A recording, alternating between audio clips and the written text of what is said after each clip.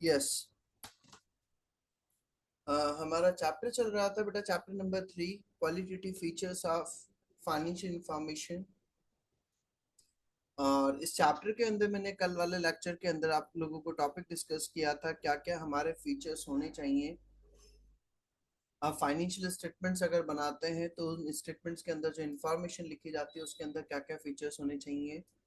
तो उसके अंदर हमने पढ़ा था first topic fundamental qualitative features. और फंडामेंटल क्वालिटेटिव फीचर्स के अंदर मैंने बताया था दो फीचर्स होते हैं जो हमारे होने चाहिए भाई। आप अगर इंफॉर्मेशन को अच्छे वे में प्रेजेंट करना चाहते हैं तो ये फीचर्स होना इसेंशियल पार्ट होता है। और जिसके अंदर हमने पढ़ा था फर्स्ट फीचर रेलिवेंस, उससे रिलेटेड इंफॉर्मेशन होनी चाहिए। And the second one was factful representation, मतलब आपकी इंफॉर्मेशन जो हो वो इस फैक्टफुली रिप्रेजेंट की जाए, उस पर ट्रस्ट किया जा सके, जिसके लिए उन्होंने तीन एट्रीब्यूट्स दिए थे। First one was complete, second neutral and third one is free from error. ये हमारा फैक्चुअल रिप्रेजेंटेशन के अंदर इंक्लूड किया गया था। फिर उसके बाद में मैंने बताया था इनहांस क्वालिटेटिव फीचर्स। भाई आपके अगर ये फीचर्स अगर होते हैं तो उसकी और क्वालिटी बढ़ती है और चीज़ें अच्छे से प्रेजेंट होती है, जिसके अंदर हमने 4 पॉइंट्स पढ़े थे। कंपैरेबिलिटी, हमेशा इंफॉर्मेशन वगैरह इस तरह से प्रेजेंट की जाए तो कि आप अपनी ऑर्गेनाइजेशन का 1 ईयर का डाटा दूसरे ईयर से, या आपके ऑर्गेनाइजेशन के डाटा का आप दूसरे ऑर्गेनाइजेशन के डाटा से कंपेयर कर सकें। Second one was verifiability. भाई आप अपनी ऑर्गेनाइजेशन के जो भी इंफॉर्मेशन आपने लिखी हुई है उसको वेरीफाई किया जा सके, उसके प्रॉपर डॉक्यूमेंट्स वगैरह मेंटेन होने चाहिए। टाइमलीनेस, वो इंफॉर्मेशन वगैरह क्या हो टाइम पर अवेलेबल की जाए ताकि उसकी वैल्यू बनी रहे, उसका यूज किया जा सके। और अंडरस्टैंडेबिलिटी, एक नॉर्मल पर्सन जिसको बेसिक नॉलेज अगर है तो उसको अंडरस्टैंड कर सके, समझ सके, वो हमारी रिक्वायरमेंट होती है इनहेंस क्वालिटेटिव फीचर्स। इसके अंदर मैंने इसके अलावा एक दो वर्ड और भी बताए थे। मैटेरियलिटी, मैटेरियलिटी का मतलब जो इंपॉर्टेंट इन्फॉर्मेशन है जो आपके यूजर्स के डिसीजन पर अगर इम्पैक्ट डालती है तो वो सभी इंफॉर्मेशन आपकी मटेरियल इंफॉर्मेशन कहलाती है। और फिर इसके बाद में मैंने बताया था एग्रीगेशन। एग्रीगेशन का मतलब होता है जब हम बैलेंस शीट्स वगैरह बनाते हैं, स्टेटमेंट ऑफ पीनल बनाते हैं, बैलेंस शीट बनाते हैं, स्टेटमेंट ऑफ पीनल हम बनाते हैं, तो वहां पर हम लाइक अगर सपोज इनकम लिख रहे हैं तो इनकम के अंदर हम सारी इनकम का एड ऑन करके दिखाते हैं, न कि उसको सेपरेटली अलग अलग शो किया जाएगा। सेल्स दिखा रहे हैं तो सेल्स को आप सबका एक साथ दिखाओगे, न कि उसको सेपरेटली अलग अलग करके 10 पॉइंट में शो किया जाएगा। तो एग्रीगेशन मतलब कि उसको एक साथ करके शो किया जाता है। फिर उसके बाद में मैंने बताया था ऑफ सेटिंग, मतलब कुछ चीजों को तो हम क्लब करते हैं लेकिन कुछ चीजों को क्लब नहीं किया जाता है। फॉर एग्जांपल, अगर मान लो मेरे दो अकाउंट का है और एक अकाउंट में तो मेरा बैलेंस है, पॉजिटिव बैलेंस है 1 लाख का, एसबीआई बैंक है, एसबीआई बैंक। डॉली बेटा अपना ये फोन, हाँ। तो एक जगह पर अगर मान लो मेरा बैंक का बैलेंस जो है वो पॉजिटिव बैलेंस है और एक जगह पर अगर नेगेटिव बैलेंस है, तो हम ये नहीं तो कि दोनों को सेट ऑफ करके हम फाइनली बैलेंस शो कर दें। भाई हम बैलेंस शो करते हैं 70,000 का मेरा बैंक बैलेंस है, नहीं सर। आप अगर अगर क्या हो रहा है, अगर एक का पॉजिटिव है एक का नेगेटिव है तो आप उसको अलग अलग ही शो करेंगे, आप उसको साथ में क्लब करके शो नहीं करते हैं, ऑफसेट उसको नहीं किया जाता है। ये चीज मैंने बता दिया था। फिर उसके बाद में फैक्चुअल रिप्रेजेंटेशन, और एक वर्ड और आया था substance over from. Substance over from का मतलब होता है तो कि हम सिर्फ लीगल फॉर्म को ही कंसिडर नहीं करते, उसकी कॉर्पोरेट रियलिटी को भी शो करते हैं। लीगल फॉर्म का मतलब भी तो कि आज अगर मान लो मैं और एक और ऑर्गेनाइजेशन है एक्स और वाई कंपनी, उन दोनों को हमें कंसोलिडेट करके दिखाना है। आज मान लो टाटा ग्रुप है, टाटा ग्रुप के बहुत सारे अंदर की सब्सिडियरीज हैं। अब टाटा ग्रुप के अंदर की सब्सिडियरीज हैं, अब अगर उनको एक दूसरे को अगर कुछ लेना देना है तो जब आप फाइनेंशियल स्टेटमेंट बना रहे हैं तो उन चीजों को ना दिखा करके बाहर की चीजों को शो करें ताकि एक्चुअल पोजीशंस पता चल सके। तो सब्सटेंस ओवर फ्रॉम का मतलब होता है कॉर्पोरेट रियलिटी को आप शो करिए, बाजार में क्या पोजीशन चल रही है, ना कि आप सिर्फ लीगल फॉर्म को कंसिडर कर रहे हैं। आप ये नहीं तो कि सारी चीजों को प्लस कर करके दिखाते जा रहे हो, एक को पैसा लेना है दूसरे को पैसा देना है, तो सर वो चीजें तो हटा दो आप, इंटर कंपनी ट्रांजेक्शन। और फिर उसके बाद में मैंने चारों पॉइंट बताए थे, enhancing qualitative features, comparability, verifiability, timeliness और अंडरस्टैंडेबिलिटी। ये पॉइंट्स में ऑलरेडी कल कंप्लीट करा चुका था, तो यहाँ तक के टॉपिक में किसी को भी कोई डाउट है बेटा? Anyone having doubt till this topic? कुछ बच्चों ने रेगुलर क्लास ज्वाइन नहीं किया है, तो मैं सभी को बोलूंगा बेटा क्लास के अंदर रेगुलर रहिए. If you are not joining class regularly then it will impact your result. अगर आप रेगुलर रहते हैं, जो मैं पढ़ा रहा हूँ अगर उसको आप प्रॉपर वे में अगर पढ़ेंगे तो रिजल्ट बहुत अच्छा रह सकता है. It's up to you.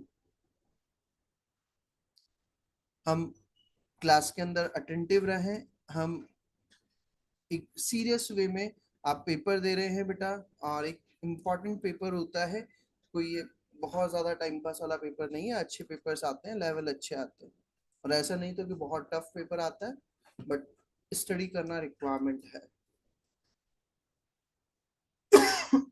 Paper के अंदर क्वालिफाई आपको होना है, तो उसके लिए आपकी रेगुलर स्टडी रिक्वायर्ड है. कंसेप्ट आप क्लियर करिए. जो भी चीजें अगर नहीं आ रही, जितने कंसेप्ट आप क्लियर करना चाहते हो उतने कंसेप्ट आप क्लियर करिए, क्योंकि एफए सब्जेक्ट ऐसा है जो आप अभी आगे सेकंड लेवल पर भी पढ़ने वाले हैं. यहाँ का अगर आपका बेस अगर क्लियर रहेगा तो सेकंड लेवल पर आता है फाइनेंशियल रिपोर्टिंग. वो इसी की चीजें आगे फिर वापस से रिपीट होती है. आज का आपने अगर वो देखा हो तो सर वो. हाँ बोलिए. Sir there was minus marking और नॉट? ना, there is no minus marking. Okay sir, thank you. तो चलिए अब हम इसी के आगे का और टॉपिक लेते हैं. अब इसी के बाद में और क्या दिया है हमारा. स्टार्टिंग में हमें बताया है introduction. Financial statement should show a true and fair view. Financial statements वगैरह को क्या करना चाहिए, जो भी इंफॉर्मेशन वगैरह हैं वो सही प्रेजेंट होनी चाहिए. ट्रू इंफॉर्मेशन आए, सही व्यू आए, and present Fairlie of the entity activities they are produced to provide information to the entity's owner, and for this information to be useful it must possess certain features. और अगर आप information को अगर अच्छे से present करना चाहते हैं तो उसके अंदर कुछ फीचर्स होने चाहिए, और वो फीचर्स क्या क्या है वो चीज मैंने बता दिया है. ये सेकंड पॉइंट जो दे रखा है ये काम का नहीं है. फिर इसी के बाद में दिया है आईएएसबी कंसेप्चुअल फ्रेमवर्क. आईएएसबी क्या है बेटा, इंटरनेशनल अकाउंटिंग स्टैंडर्ड बोर्ड. वो क्या करता है, खुद अपने भी कुछ प्रिंसिपल्स बनाता है, खुद अपनी कुछ डेफिनेशंस डिफाइन करता है. आपको याद हो तो मैंने चैप्टर नंबर 1 के अंदर डेफिनेशन बताया था. असेट का डेफिनेशन, लाइबिलिटी का मतलब, एक्सपेंसेस का मतलब, इनकम का मतलब, इक्विटी का मतलब, वो एज इट इज मैंने रीड आउट करा, उसमें कोई चेंज नहीं किया है, क्योंकि वो आईएएसबी की कंसेप्चुअल की उन्होंने डेफिनेशन दे रखा है, वो हमें एज इट इज याद रखना है. तो क्या लिखा हुआ है, IASB conceptual framework is the basis on which IFRS are formulated. IASB conceptual framework एक बेसिस है जिसके बेसिस पर IFRS फॉर्मुलेट किए गए, but it is not an accounting standard. It is a set of principles which अंडरपिन the foundation of financial reporting. उसी के basis पर आपकी पूरी फाइनेंशियल रिपोर्टिंग बनती है. Whenever a new standard is issued, जब भी न्यू स्टैंडर्ड इश्यू किया जाता है, it will be based on the principles of the conceptual framework. तो वो कंसेप्चुअल फ्रेमवर्क के प्रिंसिपल्स की बेसिस पर ही क्या किया जाता है, उसको स्टैंडर्ड को बनाया जाता है. मतलब कि कंसेप्चुअल फ्रेमवर्क के अंदर पहले डेफिनेशंस वगैरह डिफाइन की जाती है, उस बेसिस पर ही फिर उस स्टेटमेंट को बनाया जाता है. यहाँ तक की बात. सर फिर उसी के अंदर ये दे रखा है स्ट्रक्चर ऑफ कंसेप्चुअल फ्रेमवर्क. ये क्या क्या आते हैं, तो ये कुछ भी आपको याद रखने की जरूरत नहीं है. ये स्ट्रक्चर ऑफ कंसेप्चुअल फ्रेमवर्क ये काम का नहीं है. इसके बाद में ये ऑलरेडी पढ़ा चुका था मैं, गोइंग कंसर्न कंसेप्ट वगैरह. बिजनेस को अगर हम ये मानते हैं तो कि लॉन्ग टर्म पीरियड तक कंटिन्यू रहेगा, अनटिल अनलेस जब तक अगर कोई ऐसी कंडीशन अराइज नहीं होती है. और इसी वजह से हम बिजनेस में एसेट जो होती है उसको हम कौन सी वैल्यू पर शो करते हैं, उसकी कॉस्ट प्राइस पर. और अगर आपके बिजनेस का माइंडसेट हो चुका है तो कि हम बिजनेस को इन नियर फ्यूचर, हम एक कोई एसेट है उसको हम सेल आउट करने वाले हैं, बिजनेस को आगे कंटिन्यू नहीं करने वाले हैं, तो फिर जो भी एसेट्स होती है उसको हम उसकी ब्रेकअप वैल्यू मतलब उसकी नेट रियलाइजेबल वैल्यू पर हम उसको शो करते हैं.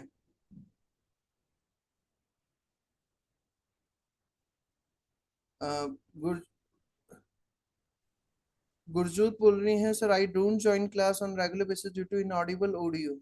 बेटा बट आई थिंक ऑडियो का जो इश्यू आ रहा है वो आपके पार्ट पर ही आ रहा है बेटा, क्योंकि और किसी भी, मैं दिन भर में इतनी सारी क्लासेस लेता हूँ और कहीं पर भी मेरा ऑडियो वाला इश्यू नहीं आ रहा है. ऑडियो का ये जो इश्यू है आई थिंक आपके माइक वगैरह का, वो स्पीकर का इश्यू है. आप एक बार अपने लैपटॉप या कंप्यूटर जो भी है उसमें स्पीकर आप चेक कराइए, क्योंकि और किसी भी क्लास में नहीं आता. मैं दिन भर में 5 to 7 क्लासेस लेता हूँ, सब क्लासेस में क्लियर ऑडियो आता है बेटा. और मेरा तो वैसे भी माइक लगा हुआ है, तो माइक के थ्रू मैं क्लासेस लेता हूँ सारा. एक सर बार द आप, audio is Audible, but sir जो वॉल्यूम है ना वो काफी ज्यादा कम आती है। जबकि बेटा मेरे बिल्कुल, ये देखिए आप बिल्कुल मेरे माउथ के पास में है, तो आई थिंक मेरे अकॉर्डिंग तो शायद, क्योंकि नहीं होना चाहिए ये चीज। आप इवन रिकॉर्डिंग्स भी देखते होंगे तो उसमें बिल्कुल क्लियर आता होगा वॉइस तो। सर रिकॉर्डिंग्स में सही आता है, जूम मीटिंग में आवाज नहीं आती है, इस वजह से रिकॉर्डिंग्स ही देखती हूँ मैं। कोई बात नहीं। बाकी एक बार आप, मेरा पॉइंट ऑफ व्यू है, एक बार आप चेक जरूर करिएगा उसका ऑडियो, या तो आपका इसका सेटिंग्स वगैरह कुछ चेंज हो रहा होगा जूम का, तो एक बार सेटिंग्स वगैरह वो चीज चेक करिएगा आप बेटा। Yes sir, sure. हाँ, चलिए। तो हम इसी के आगे देखें, गोइंग कंसर्न का मैंने बता दिया था ब्रेकअप वैल्यू का मतलब। फिर उसी के बाद में हमने अक्रूवल बेसिस पढ़ा था। भाई हम ट्रांजेक्शन्स वगैरह जैसे ही अराइज होती है हम उसको बुक्स में रिकॉर्ड कर देते हैं, हम उसके कैश में रिसीव होने या पे होने का हम उसका वेट नहीं करते, जैसे ही अराइज होती है हम उसको बुक्स में रिकॉर्ड कर दिया जाता है। और उसी के अंदर हमने पढ़ा था मैचिंग कन्वेंशन, मतलब कि जिस टाइम पीरियड की इनकम होती है उस टाइम पीरियड के हम सारा एक्सपेंसेस लेते हैं और उनको मैच करा दिया जाता है ताकि हमारा प्रॉफिट या लॉस कैलकुलेट हो सके। उसके बाद में फिर मैंने नेक्स्ट टॉपिक पढ़ा था क्वालिटेटिव फीचर्स, जो अभी हाल बता चुका हूं मैं।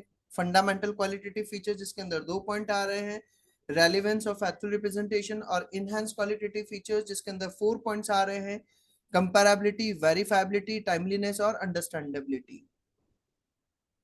और फिर उसके बाद में मेटलिटी अभी हाल बताया मैंने, एग्रीगेशन बता चुका हूँ, substance over from of factual representation ये हमारा हो गया था। फिर आगे चले हम इसी के बाद में कंसिस्टेंसी। कंसिस्टेंसी का मतलब हमने पढ़ा था, तो कि हम एक बार जो मेथड को अडॉप्ट कर ले हम उसी मेथड को क्या करिए, कंटिन्यू करिए। आप बार बार मेथड्स को चेंज मत करिए अनटिल अनलेस अगर आईएफआरएस के अंदर रिक्वायरमेंट है, या अगर आपको मेथड को चेंज करने से अगर आपका फेयर एंड बेटर प्रेजेंटेशन अगर जाता है तो आप मेथड्स को चेंज करिए, अदरवाइज आप चेंज मत करिए। फिर इसके बाद में नेक्स्ट टॉपिक हमने पढ़ा था बिजनेस एंटिटी, तो कि बिजनेस और उनके ऑनर दोनों को हम क्या मानते हैं, सेपरेट माना जाता है। ऑनर की जो पर्सनल ट्रांजेक्शन होती है उसको हम बिजनेस ट्रांजेक्शन से मिक्स नहीं करते हैं। और अकाउंटिंग पर्पज से चाहे वो सोल प्रोप्राइटरशिप हो, पार्टनरशिप हो, कंपनी हो, उन सब केस में ऑनर और उसके बिजनेस को अलग अलग माना जाता है, चाहे वो लीगल पर्पज से अलग हो या ना हो, डजेंट मैटर। इसके बाद में फिर हमने नेक्स्ट टॉपिक पढ़ा था elements of financial statement. Financial statements के क्या क्या एलिमेंट होते हैं, जिसके अंदर मैंने 5 एलिमेंट्स बताए थे, और ये पांचों पॉइंट्स में ऑलरेडी चैप्टर नंबर 1 के अंदर भी कवर करा चुका हूँ। एसेट्स, लाइबिलिटी, इक्विटी, इनकम और एक्सपेंसेस। एसेट्स का मतलब वही जो भी आपके प्रेजेंट में इकोनॉमिक रिसोर्सेज होते हैं, पास में आपने कोई ट्रांजेक्शन किया था जिसके कारण अगर आपके पास में अभी कोई इकोनॉमिक रिसोर्सेज होते हैं जिससे आपके फ्यूचर में कोई बेनिफिट मिलने वाला है, तो वो हमारे कहलाते हैं एसेट्स। एक लाइबिलिटी का मतलब जब अगर कोई भी ऑब्लिगेशंस होते हैं जिसके कारण मुझे इकोनॉमिक रिसोर्सेज ट्रांसफर करने होंगे तो उसको हम कहते हैं लाइबिलिटी। इक्विटी का मतलब असेट्स में से जब आप लाइबिलिटीज माइनस कर देते हैं तो जो रिमेनिंग फिगर बचता है उसको हम कहते हैं इक्विटी या लाइबिलिटी। एंड फोर्थ पॉइंट हमने पढ़ा था इनकम। इनकम का मतलब जब आपकी अगर असेट्स इंक्रीज होती है, ये लाइबिलिटी अगर डिक्रीज होती है तो उसको हम कहते हैं इंक्रीज। और expenses just opposite, reverse. Asset अगर आपकी डिक्रीज होती है और ये लाइबिलिटी अगर बढ़ती है तो उसको हम कहते हैं एक्सपेंसेस कहते हैं। नेक्स्ट टॉपिक मैंने बताया था डुअल एस्पेक्ट कॉन्सेप्ट, तो कि हर बिजनेस ट्रांजेक्शन का डबल इम्पैक्ट आता है, दो अकाउंट पर उसका इम्पैक्ट आता है। यहां तक का टॉपिक हो गया था हमारा। अब इसी के बाद में फिर हम आगे चलते हैं मेजरमेंट। मेजरमेंट क्या है भाई, ये क्या चीज बोला है भाई, हमें जब इंफॉर्मेशन को रिकॉर्ड करना होता है, उसको मेजर करना होता है, तो मेजर करने के हमारे दो बेस यूज किए जाते हैं। The conceptual framework specifically refers to to measurement basis. उन्होंने दो मेजरमेंट बेस यूज किए हैं। First one is historical cost, जिसके अंदर हमने जो असेट्स को खरीदा था या हमने जो लाइबिलिटी का पेमेंट पास्ट में जो किया था उसी वैल्यू पर हम क्या करते हैं, उसको कंटिन्यू करते जाते हैं। मैंने मशीन खरीदी थी, तो मशीन खरीदी थी मैंने जिस वैल्यू पर खरीदी थी उसी वैल्यू पर मैं क्या करूंगा, कंटिन्यू करूंगा, हर साल उसमें से डेप्रिसिएशन माइनस करते जाऊंगा। तो फर्स्ट होता है historical cost and second one is current value, जिसके अंदर हम करंट कॉस्ट निकालते हैं, आज अगर मैं उसको करता तो कितना पैसा लगता। आज अगर मैं उसको करता तो कितना अमाउंट लगता, उसको हम कहते हैं करंट वैल्यू। तो क्या दिया है इसके अंदर हम देखें बेटा, फर्स्ट पॉइंट हिस्टोरिकल कॉस्ट। तो historical cost for an asset is the cost that was incurred when the asset was acquired or created. जब आपने कोई asset acquire करी है या create की है, and for a liability is the value of consideration received, या फिर liability वगैरह उसके लिए जो भी आपने consideration वगैरह receive किया है when the liability was incurred. मतलब कि इन शॉर्ट अगर मैं कहूँ हिस्टोरिकल कॉस्ट का मतलब होता है जब भी आप अगर कोई एसेट एक्वायर करते हैं या कोई लाइबिलिटी अगर आपको पे करना है तो वो जब आपने जो अमाउंट पे किया था वो वैल्यू को हम क्या कहते हैं हिस्टोरिकल कॉस्ट. ये चीज मैंने ऑलरेडी आपको हिस्टोरिकल कॉस्ट प्रिंसिपल पढ़ाया था स्टार्टिंग में प्रिंसिपल्स ऑफ अकाउंटिंग के अंदर. भाई हम कोई एसेट एक्वायर करते हैं तो हम उसको उसी की वैल्यू पर उसकी कॉस्ट प्राइस पर हम शो करते हैं, वही हमारा कहलाता है हिस्टोरिकल कॉस्ट. उसी के एडवांटेज बता दिए हैं. एडवांटेजेस के अंदर advantage of historical cost basis for measurement amount used are objective as it is more difficult to manipulate cost based figures. भाई हम अगर आपने मान लो 10 लाख की एसेट, अब आप उसका हर साल डेप्रिसिएशन करके दिखाते जा रहे हो, अब उस एसेट की वैल्यू को चेंज करना बड़ा क्या होता है, डिफिकल्ट होता है. क्योंकि पिछले 10 सालों से मान लो एसेट चलती हुई आ रही है, हर साल डेप्रिसिएशन का अमाउंट फिक्स है, तो वो चेंज करना इतना इजी नहीं होता है. अमाउंट्स आर रिलायबल, उस पर ट्रस्ट किया जा सकता है. They can always be verified and they exist on invoice and documents. वो इनवॉइस पर एग्जिस्ट करते हैं, डॉक्यूमेंट्स वगैरह उसके प्रॉपर बिल्स वगैरह बने हुए होते हैं. The statement of financial position and the statement of cash flow figures are consistent with each other. और ये दोनों एक दूसरे के साथ में कंसिस्टेंट, मतलब एक बार जो आपने मेथड फॉलो कर लिया आप उसी चीजों को क्या करते हैं, कंटिन्यू करते रहते हैं. आप मतलब हर साल डेप्रिसिएशन माइनस करते जा रहे हैं, वही सिस्टम चल रहा है, बार बार चीजें चेंज नहीं हो रही. There is less possibility for manipulation by using creative accounting in asset valuation. और वहां पर क्रिएटिव अकाउंटिंग मतलब विंडो ड्रेसिंग करना, चीजों को बड़ा चढ़ा करके दिखाना, इंफॉर्मेशंस को मैनिपुलेट करना, वो चीजें क्या हो जाता है हिस्टोरिकल कॉस्ट के अंदर कम चांसेस होते हैं. ये चारों पॉइंट क्लियर है. And cost is a measure that is readily understood. और कॉस्ट हमें पता होती है, पहले से पता होती है. भाई हमने कोई एसेट खरीदी है, कितने में खरीदी थी, वो चीज हमें पहले से पता है. 5 साल पहले खरीदी थी, उसका रिकॉर्ड चल रहा है, तो वो चीज इजिली आइडेंटिफाइबल होती है. ये तो हो गई बात हमारा मेजरमेंट बेस के अंदर. First one is historical cost and the second one is current value. Current value का मतलब क्या होता है,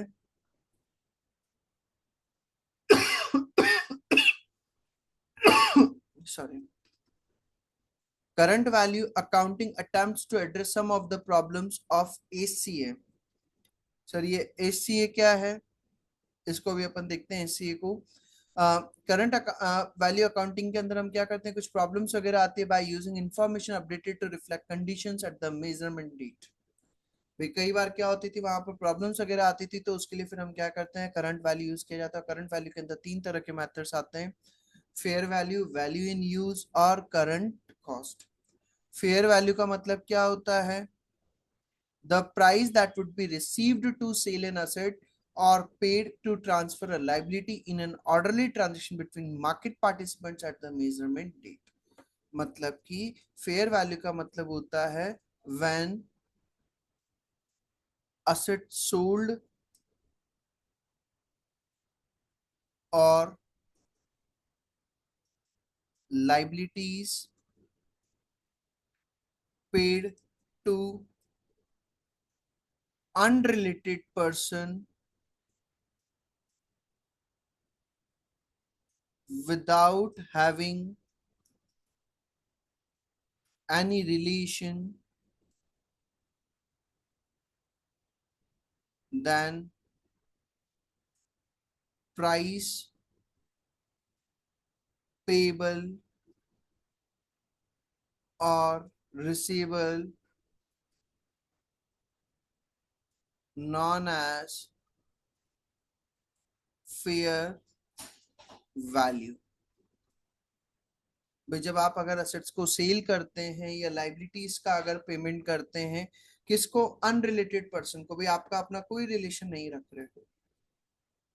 आप मान लो मेरी जान पहचान के मैं आपको अगर 10 लाख के एसेट 9 लाख में दे रहा हूँ, तो वो फेयर वैल्यू नहीं कहलाएगी.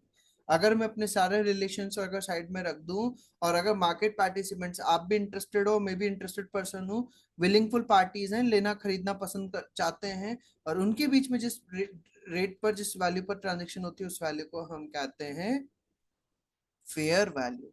तो फिर वापस से पढ़ रहा हूँ, the price that would be receive to sell an asset, जो आप असेट को सेल करने से जो अमाउंट रिसीव होता, और पे टू ट्रांसफर अ लायबिलिटी, या फिर लायबिलिटी को पे करने ट्रांसफर करने में अमाउंट जो पे करते हैं in an orderly transaction between market participants at the measurement date, उस वैल्यू को हम कहते हैं फेयर वैल्यू। फेयर वैल्यू कैसे निकाली जाती है? Is most commonly calculated by taking the open market value. भाई अगर ये एसेट्स को अगर मैं बाजार में बेचता तो बाजार में कितने रुपए मिलते हैं, आज के टाइम पर अगर उसकी वैल्यू क्या चल रही है भाई, तो कि उसको हम ओपन मार्केट से देखा जाता है। आप मान लो घर को अगर इतने रुपए में दे रहे हो, बाजार में क्या वैल्यू चल रही है उसकी, आप अपने घर को ऑफर कर रहे हो मान लो 50 लाख में, बाजार में उसकी वैल्यू चल रही है 40 लाख, तो 40 लाख क्या हो जाएगा उसकी fair value. Where there is no active market exist, तो फिर हम क्या करते हैं, then the following should be used as a basis estimate of future cash flow. जो भी आपका फ्यूचर में कैश फ्लो होने वाला है उसका एक एस्टिमेशन लिया जाता है टाइम वैल्यू ऑफ मनी निकालते हुए। मतलब कि मान लो 2 साल बाद में मुझे अगर इतने रुपए मिलेंगे तो उसकी आज की प्रेजेंट वैल्यू कितनी होगी।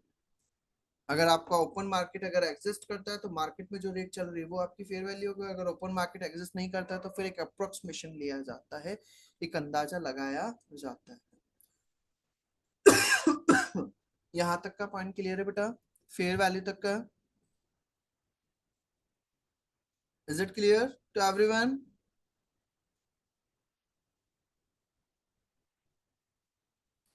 Yes sir. चलिए फिर इसी के बाद में हम आगे चलें, फेयर वैल्यू के बाद में फिर दिया है value in use and fulfilment value, कुछ भी हम बोल सकते हैं। वैल्यू इन यूज का मतलब होता है the present value of the cash flow or other economic benefits that an entity expects to derive from the use of an asset and from its ultimate disposal। भाई आप अगर उस assets को बेचने से जो अमाउंट आपको अगर मिलता है, that is entity expects to derive from the use। आप जो भी present value of the cash flow, आपको एसेट है मान लो, मुझे उस एसेट से 5 साल तक पैसा मिलेगा। मान लो मुझे उस एसेट से, मान लो ये कोई प्रॉपर्टी है, उस प्रॉपर्टी से मुझे हर साल 5 लाख रुपए मिलेंगे।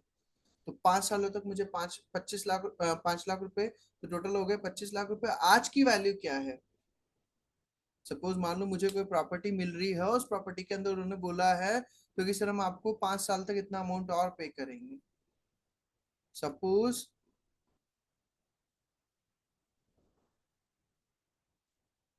In property, if particular property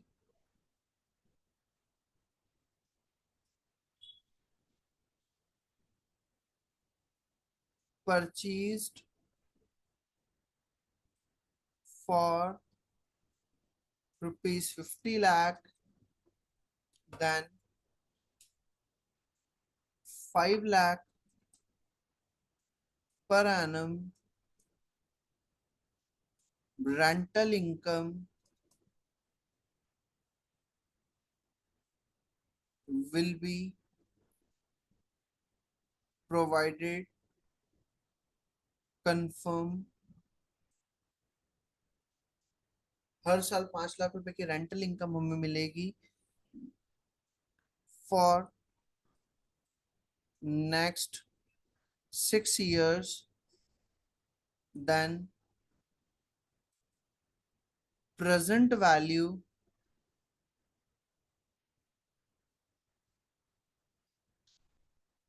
जो भी आपकी प्रेजेंट वैल्यू है of future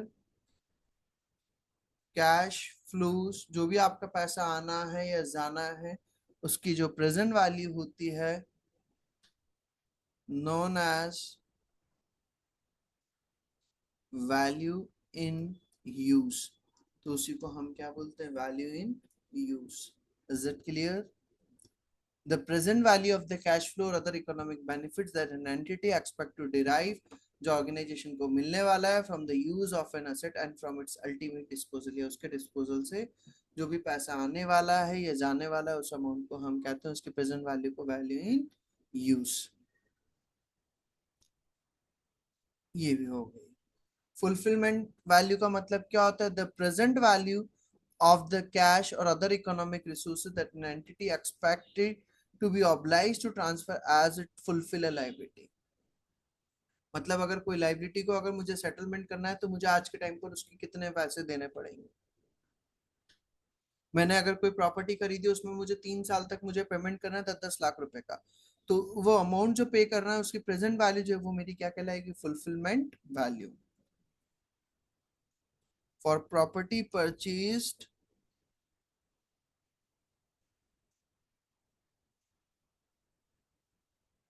purchaser will have to make payment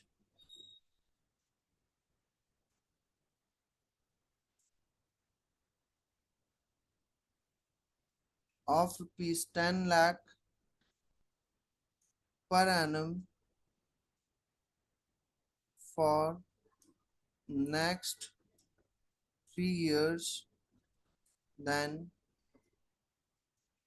present value of cash payments। जो भी हमें कैश पेमेंट्स करनी है उसकी जो प्रेजेंट वैल्यू है उसी को हम क्या कहेंगे, नॉन एज फुलफिलमेंट, उसी को हम क्या कहेंगे बेटा, fulfilment value.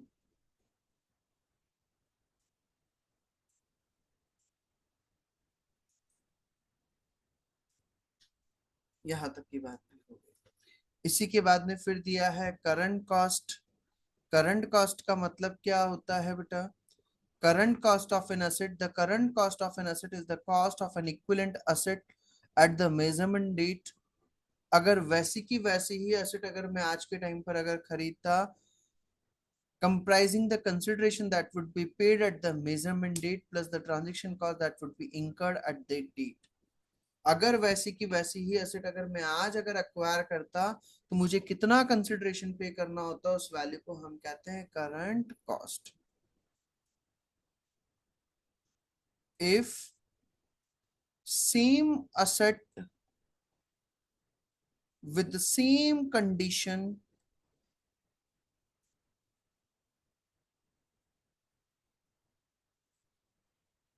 purchased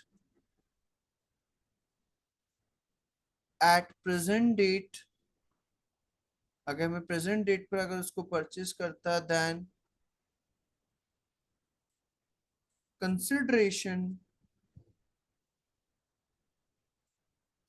to be paid known as current cost of asset। अगर मैं सेम कंडीशन की एसेट, सेम एसेट वैसी की वैसी ही अगर मैं आज अगर अक्वायर करता तो उसके लिए जो मुझे अमाउंट पे करना होता उसको हम कहते हैं current cost of an asset. और सेम चीज करंट लाइबिलिटी के केस में, current cost of liability, the current cost of an liability is the consideration that would be received or for an equivalent liability at the measurement date. भाई आप अगर उस liability के लिए जो आपने चीजें रिसीव करी उसके बदले में जो भी आपको अगर अमाउंट पे करना होता तो वो अमाउंट हमारा क्या कहलाता है, करंट कॉस्ट ऑफ लाइबिलिटी। नीचे का ये एडवांटेज डिसएडवांटेज वगैरह और ये चीजें दे रखा है, ये कुछ भी काम का नहीं, ये कुछ भी काम का नहीं है। मेनली आपको इसके अंदर ये चीजें याद रखनी है। जो मेन पॉइंट है हमने पढ़ा, इसके अंदर 3 तरह की वैल्यूज होती है। करंट वैल्यूज के अंदर fair value, value in use और करंट वैल्यू, करंट कॉस्ट। ये तीनों चीजें बता दी है। हिस्टोरिकल कॉस्ट उसका कंसेप्ट मैंने समझा दिया।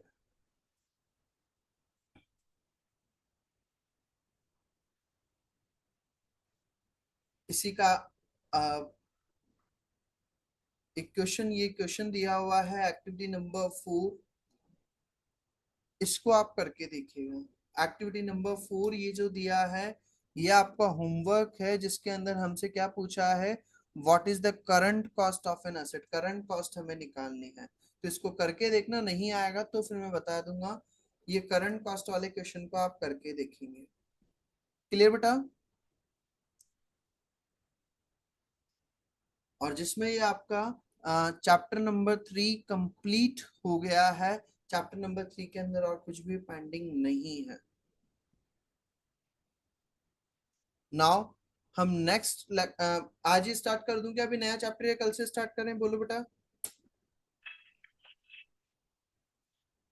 न्यू चैप्टर अभी स्टार्ट करना है या कल से स्टार्ट करना है?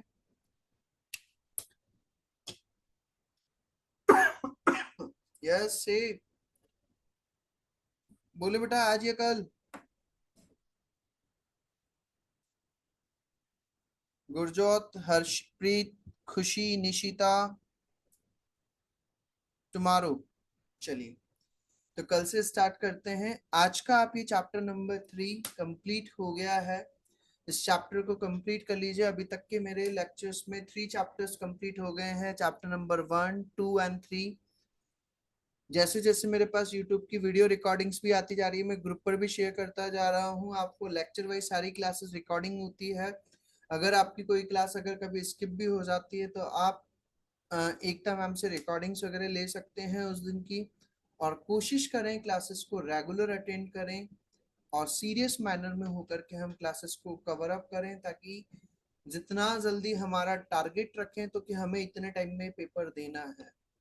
आप फर्स्ट ऑफ ऑल दिमाग में माइंड सेट बना करके रखें, टारगेट बनाएं तो कि मुझे 1 मंथ के अंदर या 2 मंथ के अंदर कोर्स कंप्लीट करके पेपर देना है। एनी हाउ आप जब तक अपना माइंड सेट क्लियर नहीं करेंगे तब तक आपका वो चीजें आप ग्रैब करना स्टार्ट नहीं करेंगे बेटा। क्योंकि आप ये चीज, ये वाली बुक कंप्लीट करेंगे, उसके बाद में फिर हमारी अभी एक और बुक है, प्रैक्टिस बुक है, जिसमें बहुत सारे क्वेश्चन है, तो वो भी हमें कवर अप करने हैं। वो चीजें तभी कवर अप हो पाती है जब आपका ये साथ के साथ में आपका कवर अप होता जाता है। 3 चैप्टर्स मेरे कंप्लीट हो गए हैं, तो इन तीनों चैप्टर्स को कंप्लीट कर लीजिएगा। इसमें अगर कोई भी डाउट हो तो वो डाउट पूछ लेना। अदरवाइज कल मैं इसमें नया चैप्टर स्टार्ट करूंगा, कल चैप्टर नंबर 4। और इसमें चैप्टर नंबर 3 में मैंने एक लास्ट एक्टिविटी होमवर्क में दिया है, उसको आप कंप्लीट कर लीजिएगा। उसको करके देख लेना। एक्टिविटी नंबर जो मैंने लास्ट वाली एक्टिविटी है 4, उसको आप एक बार कर लीजिएगा, ठीक है बेटा। बाकी का हम ओके कल सर। कल करते हैं सेम टाइम पे। ओके बेटा, thank you everyone. Thank you sir. Welcome बेटा। Thank you sir. वेलकम।